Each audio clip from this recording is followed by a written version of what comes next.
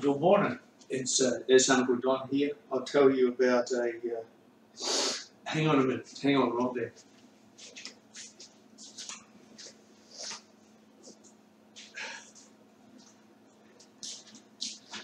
You may remember the fake Uncle Don. I'm the real Uncle Don. Okay. So I wanted to talk today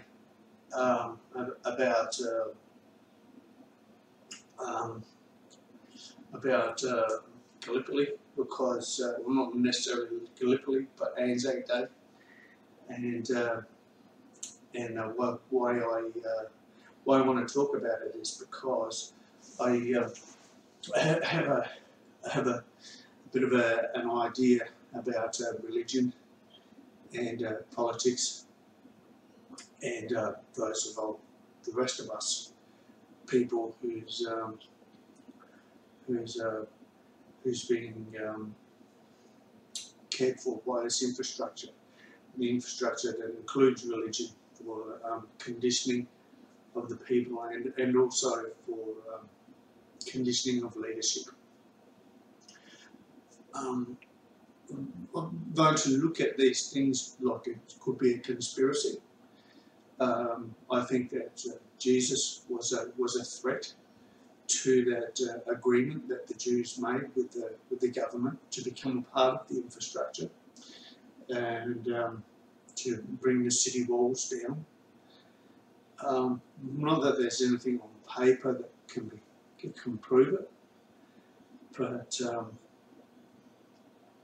yeah, there's other people in amongst the I believe. That's maybe you have a choice in what you believe, but I believe that there's people who feed off of the people who try to expose these ideals or expose this symptom of civilization, where people become interested in conspiracies and that sort of thing. I believe that there are people within the infrastructure that were preempted by the infrastructure itself into saying there could be a way to destroy a bloodline within that infrastructure, or who may have been heading for a leadership role. The easy way to put this is some people within this infrastructure I'm talking about have their lives sabotaged, so they're never a threat to the leadership of that, or the government of that infrastructure. And I mean the people are part of the infrastructure. They're not really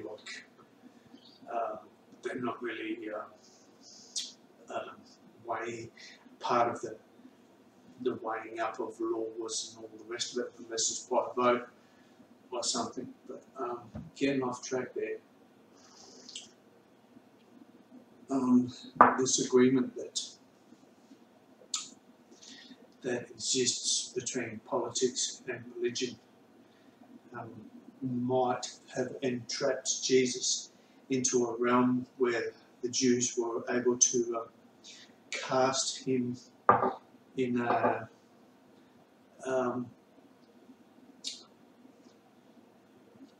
realm of the defiled. They're pretty much royalty. I heard on the news recently that some Jews don't think that they should have to work. It's almost like, yeah, they think that they've reached a God status or something within the infrastructure, and of course we know that the government has a defence. And I guess that was a part of the original deal between the Jews and the Romans, was to have this army that may have overcome them and oppressed them, to have this army to support them and back them up in the ploy to reach the far corners of the earth. I want to say far corners, it's not really got corners. I couldn't get stuck in a corner. And I think that things like Freemasonry and other things that may encourage people to look into magic or become aware of something they don't understand.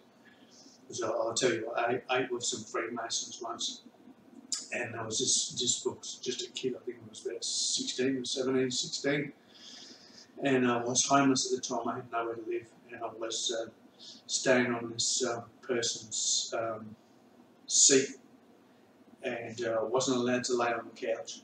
I'm told you're not allowed to lay on the couch, you've got to sleep on that seat. That seat's the only place you go, and you're not allowed to move from there. And so I slept on the seat, and I stayed on out of respect. I wanted to have a roof over my head. It was cold outside.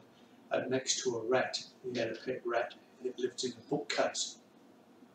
And it was probably the most stinky seat in the house. And I guess this person was just trying to tell me that I didn't, that I wasn't welcome there. And the other kid, he got Piney. He got a room and a bed for himself. And they treated him like he was. Anyway, I got the rough end of that deal. And though I tried to have friends over the years, it's like every time I did, there was always something that got in the way to push me into a corner, into a far corner by myself. So that was all good. I've got no problem with it anymore. Solitude is not bad at all. It's pretty good. I don't have any complaints about it. My love for life has grown even more without having the responsibility of anybody else's welfare in my life. I was pushed into that corner. Like I said, I was 16 at that stage.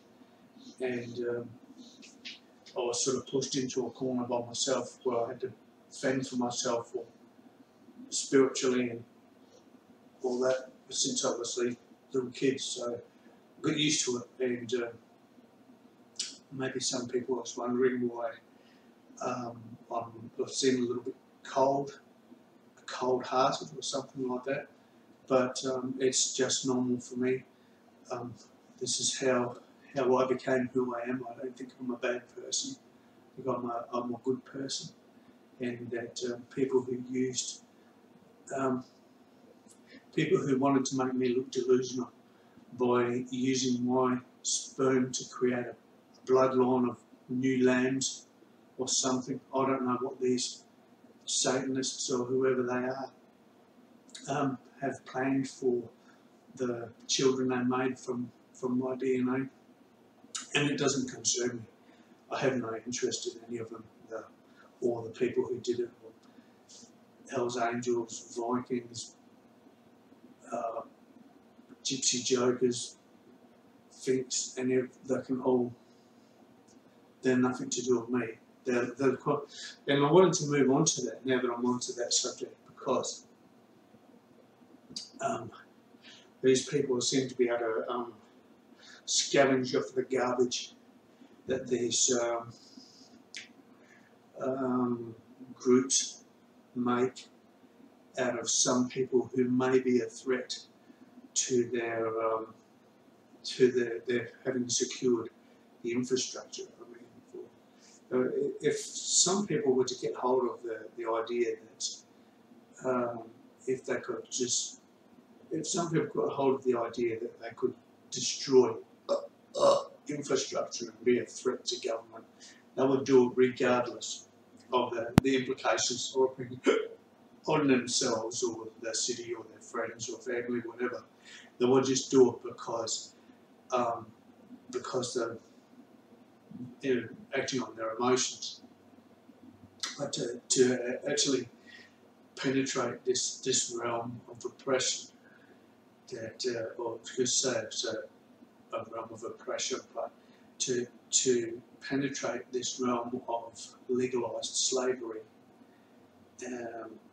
where we're led to believe that our government's all good and everything like that. Yet they're not in Australia. This is Australia. They dig up all these resources here and send it somewhere else to get it done, and send it back here as a finished product where we buy it. And it's just it's damaging the world because we've got to transport all that stuff there. We've got to transport all that stuff back. We've got that much room in this country, while other countries just absolutely packed. They can't fit any more people in there, like China. They had a one-child policy and all this sort of thing, and yet because of the problematic nature of selfishness, they want to send everything over there. They're going to say, oh yeah, your country's, it's like Anzac Day, your fellow countrymen stood up for you in your life, and they built a future for you where you wouldn't suffer the problems that they had. Yet, the reason we don't have the problems that they had is because they was making everything themselves. When you go back to Britain in 1900 whatever it was 1900, 1930s or something, but they were doing everything themselves. There was not much was imported. Everything was there themselves, and you didn't get paid much or whatever. I don't know. There wasn't much food. I'm not sure, but they sort of transferred that. I said, all right, we won't have to suffer it, but then they'll go and buy it from all overseas, where they've still got this oppression over the people. Places like China, you can only have one kid. You get paid next to nothing. There's no benefits, and when you get old, there's no pension. There's no. It's a totally different system. Yet everything what we've got, TVs, cameras, computers, all electronics, games, lights, everything. It's all made there under an oppressive government. And it's like our government's trying to remind us today that people fought for our freedom and our rights. Yet it's like we're investing in some other country to take away the rights of their people. And I can't help but think with this precept in that, why it is that religion, that the Bible, they even teach us. I mean, it's even outlined with their commentary in the Bible how we should believe in it, what it means, and what context we should put it all in. And well, really, that's just helping us to look like somebody else. I think that in reality, what we think the story means, or how we can relate to what's been written in the Bible, is more important as individuals, insofar as people can see how it is that we could fit in to the civilization, the role we could have in the society, etc., etc. I see so many uses for the Bible. It's a great book. It really is a book it's been inspired by people's love for life and community. It's a really awesome book. I love it, and I think it's very important for people to have an individual relationship with the words in there and give their heart out over that, because there's so much in there that people just turn around and say, that's fucking bullshit, mate. I believe in that fucking shit with all your life. That is rubbish, absolute rubbish. Nobody can be brought up from the dead to rule the world. That's just stupidity. Nobody can be born from a virgin. That's just stupidity. Why do you believe in that rubbish? And it's really, really, to me, being the vision what some people have had, like Jesus, the vision Jesus may have had The vision Jesus may have had was one where the Holy Spirit, you've got those 7 gifts of the Holy Spirit, and that these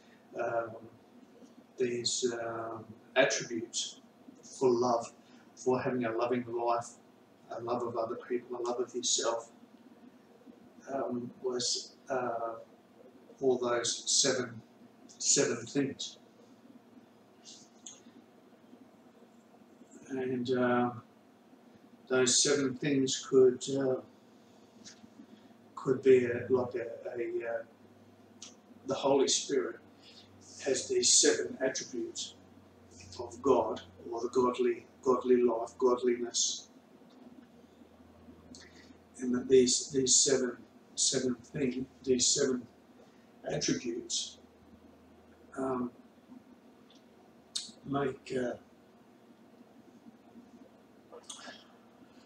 make me forget what it was I was going to say, but these 7 attributes make the presence of God. And I think the vision that Jesus had is not to be conjured up as some kind of ghost, and like something that hangs around over you as a witness or whatever. The Jews had that.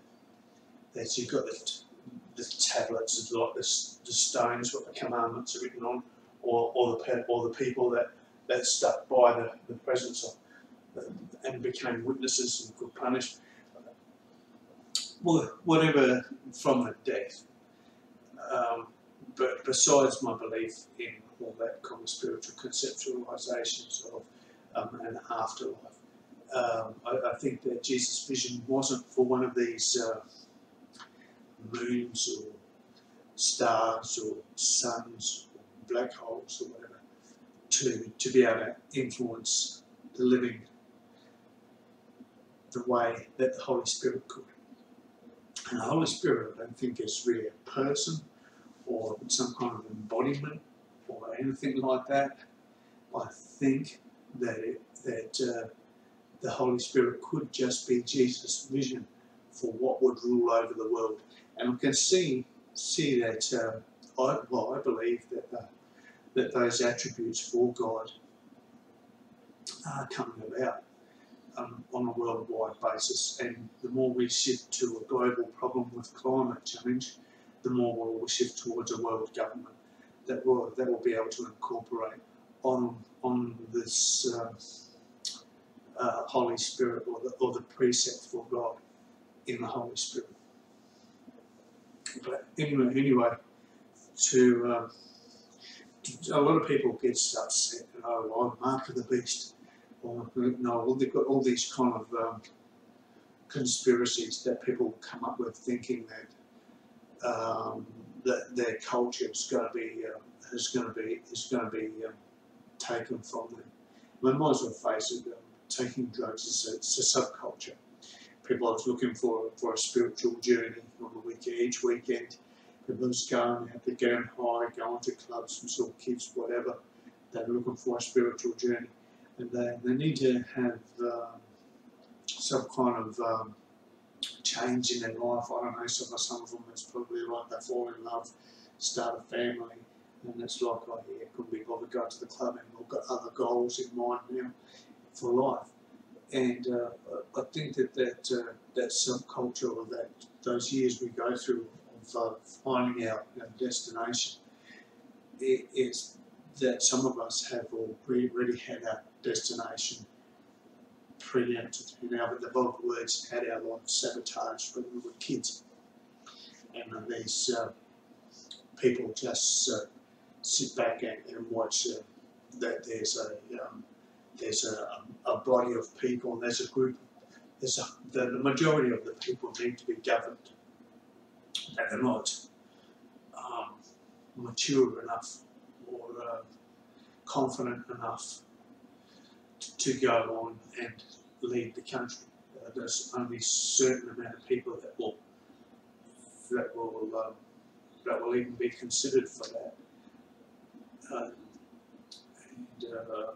There's a lot that goes into that kind of conspiracy, because they're getting us, these kids, messing with our heads, screwing our heads up, screwing our because I think the foundation for it is we get called liars when we're not. I know that's what it was for me, and it seems to continue on with that throughout my part of it, and it's supposed to be sort of like an anguish, a deep heart, deep-seated resentment, and a deep hatred of your fellow mankind in the world.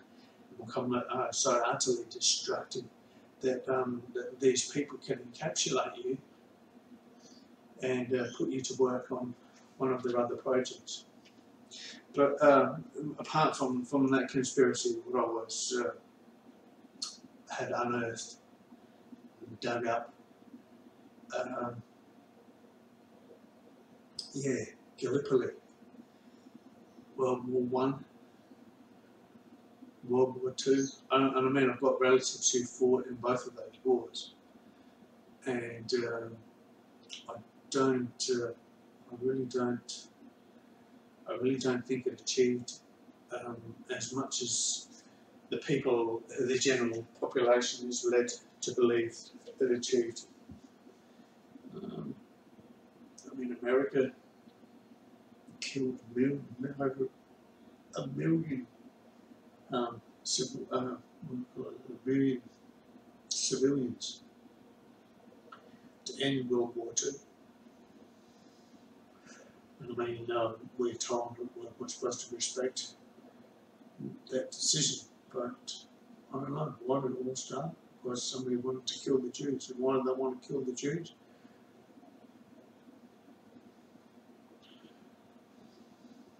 They could see that there was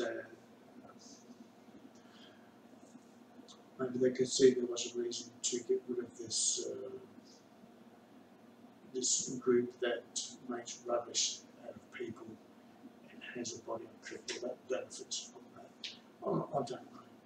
It's just people, wars, all this sort of strange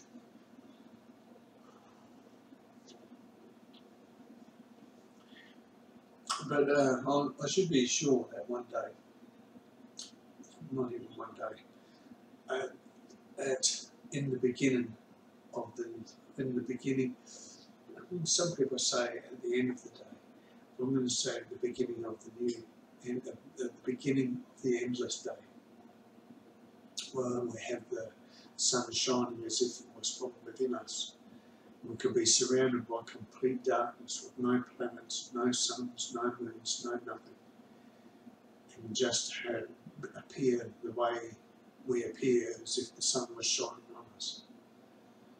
The sun would be shining from within us. And some people goes into that and I think, well, you know,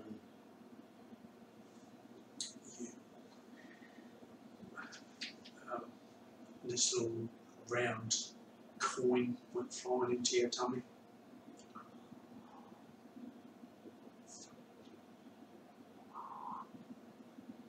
And that's what brings that's what brings you to light in the afterlife. That I'm not so sure. I think a lot of that's out of my hands. And some questions like how did the world begin? There's another one, you know, like how did the world begin? God said, but I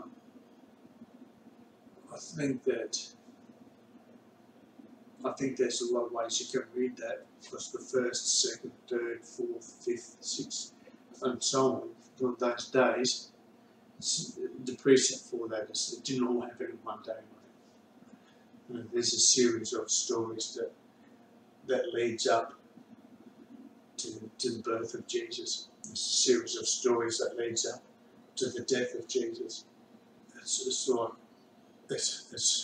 like a fractal image. It's like, you know, it all goes around us, and it's where it ends there for something. It starts for something else. It ends for something else. It starts for a new thing. ends with the new thing, it starts with the other new thing. And I keep going around and around until you get back to the beginning again. What it looks like, what you would think was the beginning. But it just means that they ran out of memory and numbers to. And I guess the universe is the same. It runs out of space, and again, I don't know. But in reality, what I do know is that your dreams are not material, and this electric conductivity that makes our brains work is very much an element of life that doesn't seem to need to live, doesn't seem to need the same as flesh and blood. So yeah. Anyway, now that you've heard a bit of this and a bit of that, and have been left with something to wonder, I'm going to say goodbye from me and goodbye from the not so real Uncle Don, and I will see you next time.